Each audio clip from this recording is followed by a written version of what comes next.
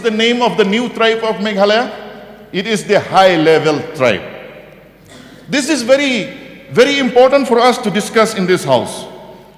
Dr. Celestin Lingdo unong tauan ke Kongres na Umsning ulaong ban nalor ki lai jat ki riulum hajala Meghalaya kata ki Khasi ki Jaiñtia bat ki Garo mentalami sa ki riulum high level hakajala. Kani kajing kran Dr. Celestin kalami hakapor boleh simbenta kajing atai ya kamang tingkah kaying dorba tauan kajala hak arpnyo terik ulaber arjar pulai hakaba ulather ting halor kajing keno bamsap ya kajala Meghalaya daw Amit Shah Menteri Kampo iyeng ke Sarkar India bat unoy lam ke BJP. Ulaong bak Sarkar MDA 1 kala pensan yaki kam bamsap hadu baka yeng kasari kam shanyak su iki bor polit ke jela makin te lakam ya ke kam ti bat khayi dowyong. At the outset, I would like to congratulate the Chief Minister for bringing this budget for 23-24. We have gone through it. I have a few areas of concern. One is the loan repayment is almost touching about 1,000 crores. So this is really a burden to the state. And in the pension provisions, in the last year's budget speech, the provision was 1,469 crore, but in this year's provision is 1,794 crores, a jump of 22%. So my query here is, why suddenly the jump of 22%? Is there a massive retirement group that is going to happen this year? That could be the reason, or something else. And in page number 30, the Chief Minister would like to start a Chief Minister's affordable drug centers. That is what he has mentioned. But here I would like to also bring to the attention of the House, and especially of the government, generic medicines. There are a lot of spurious drugs in the market now. So in the absence of proper testing labs, I am afraid that these generic medicines may not serve the purpose to alleviate the sufferings of our people. Also in the very same page, I must laud the Chief Minister for bringing out a new item for measuring happiness. If I'm not mistaken, the most happy country now is Finland. Maybe we can check the parameters which they also use, how to measure happiness. But while discussing happiness, I am afraid, even though we don't have the parameters now, if people say that we are from a state that is number one in corruption in the country, I doubt whether our happiness will really go up or it will go down. While stressing about the value of happiness, I'm sure if the happiness indicators of our people can be improved, we will have less numbers of I love yous. In fact, a few days back, brother of I love you is also involved in another crime. So we have to really strive forward to bring happiness to our people. In the budget speech itself, it is written the ultimate goal of all government interventions is well-being and happiness of the citizens. We cannot avoid these allegations that have been made, sir. And when I say this, I also know that the government does not have to reply to every Tom, Dick and Harry when they make allegations. But the allegations that we received recently, it is made not by Tom, nor Dick, nor Harry. It is made by a very, very important person in our country. So can we just ignore it? And that allegation is made not in a tea shop or in any corner somewhere. It is made in a big election rally where thousands of people are present. and where they say that Meghalaya is the most corrupt in the country. So this really affects our image. We have to discuss this because it has come from the people who has given many famous one-liners for the country. Na khaunga, na khane dunga. So imagine the image of our children who studies outside the state. Imagine the plight of our people from Meghalaya who works outside the state. When they meet their friends will say, you are chore number one in the country. Your state is chore number one. How will we feel? These allegations directly affects the image of our state. In Khasi language, Mr. Deputy Speaker, sir, we say kta mat yong. Kta mat yong to the state, kta mat yong to the jaitbynriew. Maybe if I'm allowed to say in Garo, it will be Jatangna ongsiana aro rasong siani onga. It has affect our image. Our children cannot show their face. And this also happens to be alleged to a state that is called a Christian state. And I am very sorry to say, these allegations are not unfounded. Where is the Sobhagya scheme report, where it is alleged that about 149 crores have been misappropriated? Where is the smart meter scam? These are all backgrounds where these VIPs make the allegations about Meghalaya being number one in the country in corruption. 1 lakh bags of rice were detected. It is not one truck, it is not 1,000, 1 lakh bags of PDS rice were detected in Boko in Assam. This cannot be just a simple mistake. I must say one of the major achievements of the MDA-1 government is, Mr. Deputy Speaker, sir, Meghalaya is inhabited by 3 major tribes, the Khasi, Garos and the Jaiñtias. But a new tribe has been allowed to prosper. And because of this new tribe, the police force, the men in uniform in our state now, they have lost face in front of the High Court of Meghalaya. The Honorable High Court, in the rulings which they have given, available in public domain, openly they have said, we have lost trust on the Meghalaya police. And the High Court has demanded that CISF will be brought into the state to check the activities of this new tribe. What is the name of the new tribe of Meghalaya? It is the high-level tribe. This is very, very important for us to discuss in this house. CISF will be brought in. Why? Is it because our men in uniform are incapable? If I have to ask the leader of our men in uniform, the captain, how do you feel when you lose face in front of the High Court of Meghalaya? If I ask him what is the Joyce, I believe the answer will be the Joyce is 0.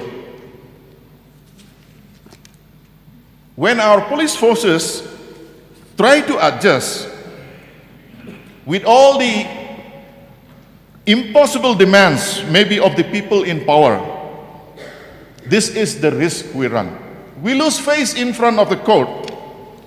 All these activities that are going on, that we get the tag of the most corrupt state in India, someone is calling the shots from behind. We do not know, but some people are calling the shots. In Garo language we say, Don mitapa. Someone from behind the scene is calling the shots. So, Mr. Deputy Speaker, sir, I'm afraid to say, the trend that our country is going on, there are a certain group of people who say, Without us, if you do something, it is called corruption. But the same activity, if we are included, if we do it together with you, it is called brilliance. This is the tragedy that the country is facing now. Honourable members, you have only 1 minute at your disposal, please. One after. So, sir, the budget speech, the budgetary provisions, they are all fine. But ultimately, as said, the ultimate goal of all government interventions is citizen well-being and happiness. I wish that every citizen of the state will be happy. I wish that the government of the day will be able to control the new tribe, the high-level tribes. I wish that our men in uniform will be able to recover back the lost prestige that they have faced under the current dispensation. If I'm allowed to say, sir, this new tribe has been allowed to prosper under the watch of the MDA-1.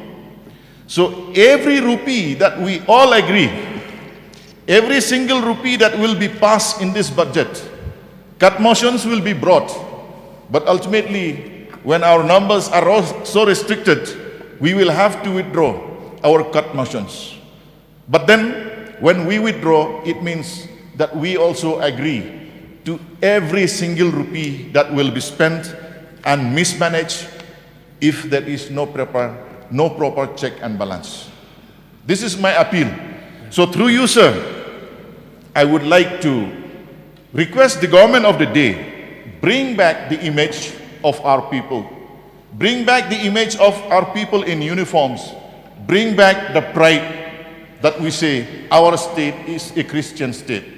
Bring back that we respect the 8th commandment out of the 10th. This is my submission, sir. Thank you. Thank you. May I request Arden Miller Basomoy to take the floor, please. I have given you time, but you were absent. Now I was called by the speaker, sir.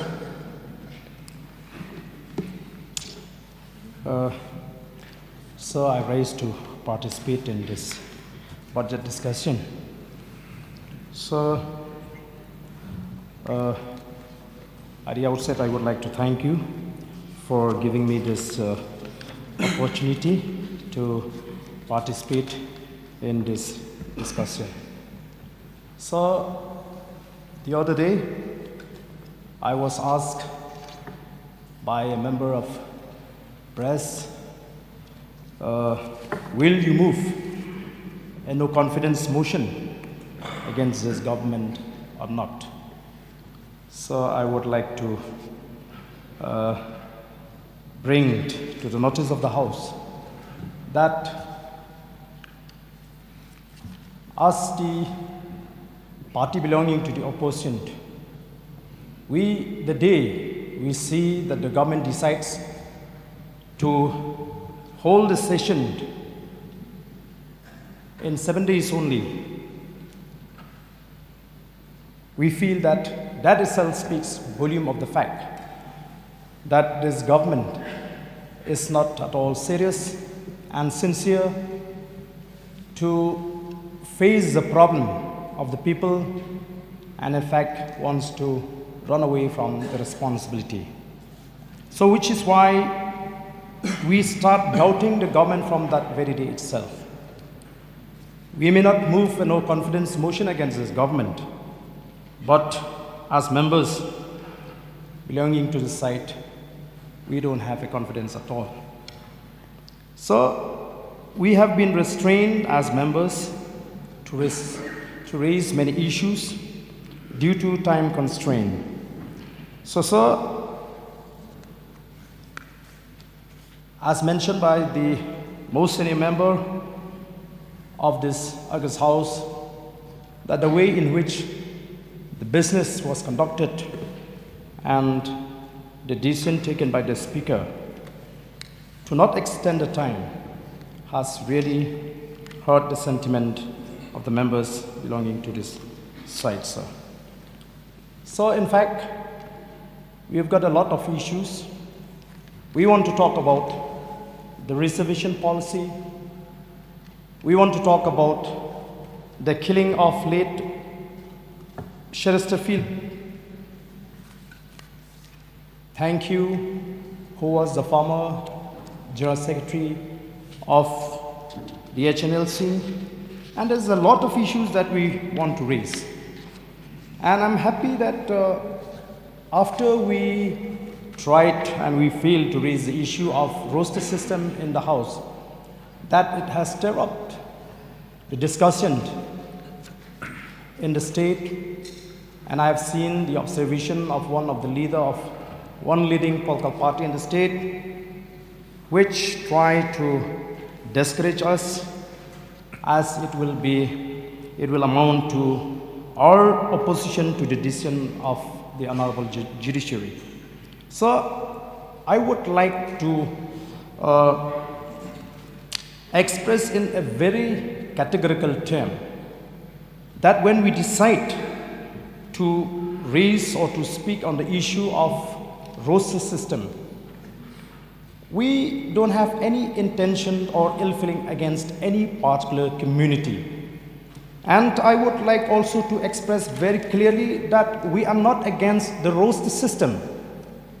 We are not against the roster system. However, we want that the government should put on hold the implementation of roster system pending the review of the reservation policy. We have the problem with the reservation policy, not with the roster system. So, sir, which is why we feel that this is the right platform for us to raise this issue. We know that as responsible leader, we are dealing with a very sensitive issue, highly sensitive issue, I may say. So therefore, we understand that we have to be, very careful, and we have to deal with this issue with an utmost care. Even the words that we choose would be very, very important for us to understand, because we don't want to hurt the sentiment of any particular community. We don't want also to take away the rights of that particular community, and we don't want that our rights also will be compromised. We don't believe in a politics of hatred, a communal politics, a politics of self-centered, not like those parties who have squarely blamed the leader belonging to one particular community for all the wrongdoings of the government after having partnered with them in the entire term. And the Deputy Chief Minister has rightly responded that after the 2nd of March, they will come to us and we will make them sit on the roof of the bus, which exactly they have done it. So, sir, there may be a wrong impression about us as being haters and too conservative in our minds. And the people may misunderstood or misconceive about me personally, especially after the language issue, sir. But the fact of the matter is that we are not. Maybe I have a look that misrepresents my hearts and minds. And sometimes I used to think about taking off my face and replace with a gentler look. But I'm reminded by an old saying which is very popular, that it is not right to judge the book by its cover. So I would therefore request all of us, please do not judge us by the book, by the look that we have, but try to understand better about our minds and hearts. So, I'm sure many have seen my display picture, which reads like this: I am a Christian, but make no mistake, I will defend the poor and the weak. I will defend freedom. I will sacrifice so that others may live. I will defend my family, which also includes my community and the people of the state to the death. I love peace, but I am a fierce enemy. I live with my own code. I live with honor. I was born to be a warrior. That is exactly who I am, sir. Sir,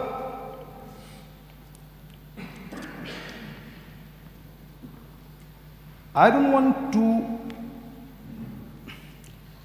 use many words in this submission as far as this issue is concerned, sir, because again I'm reminded by the scripture which can be found in the book of Proverbs, which says, quote unquote, sir, when there are many words, wrongdoings is unavoidable, but one who restrains his lips is wise.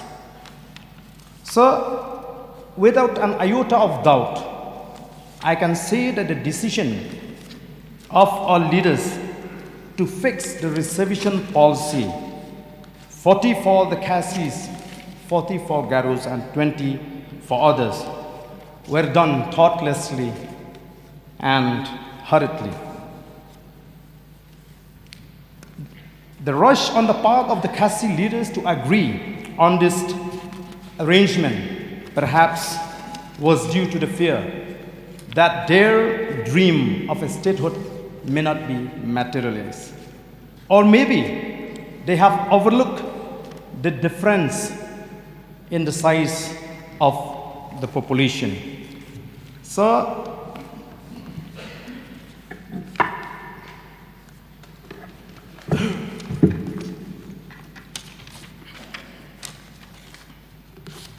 we know that there are many lacunae in this policy. When you look at the population between the two tribes, sir, in 1971, the population of the Khasis is 4,57,064, and of our brothers, Garo brothers, is 3,20,613. And if you convert into percentage, Khasi constitute up to 45%, and the Garo community constitute 30% only. In 1981, we constituted 6,29,640. Percentage-wise, it comes to 47, and our Garo friends 3,99,69. Percentage-wise, it comes to 30%. 1991, 8,79,192. Percentage-wise, it comes to 50%.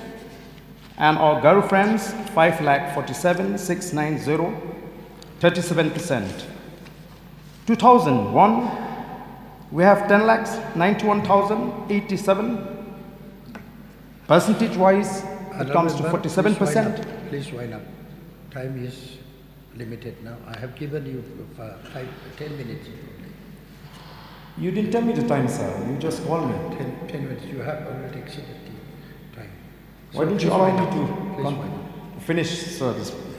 And if you look at the reservation policy, sir, you will find that there are almost 8 to 10 times that this policy have been changed through office memorandums. And there is also no provision for the reservation of PWDs, whom we would prefer to call DAP or differently abled persons. So which is why, sir, I feel that it is an urgent need to put on hold the implementation of roster system retrospectively and let the government come out first with a better policy, because as I've said, we don't want to discriminate anyone.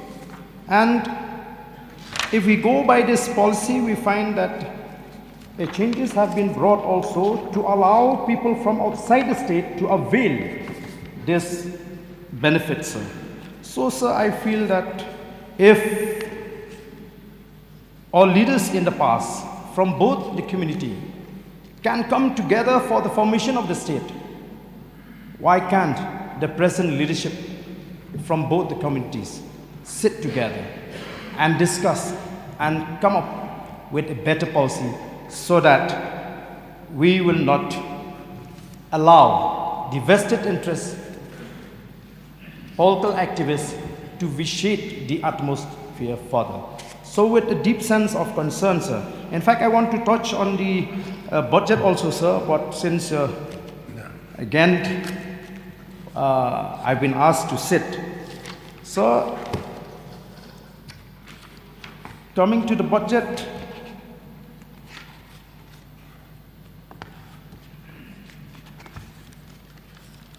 Sabha, please wind up. so before I resume my seat, I would earnestly appeal, I would like to urge the conscience of our leader to think about this problem seriously.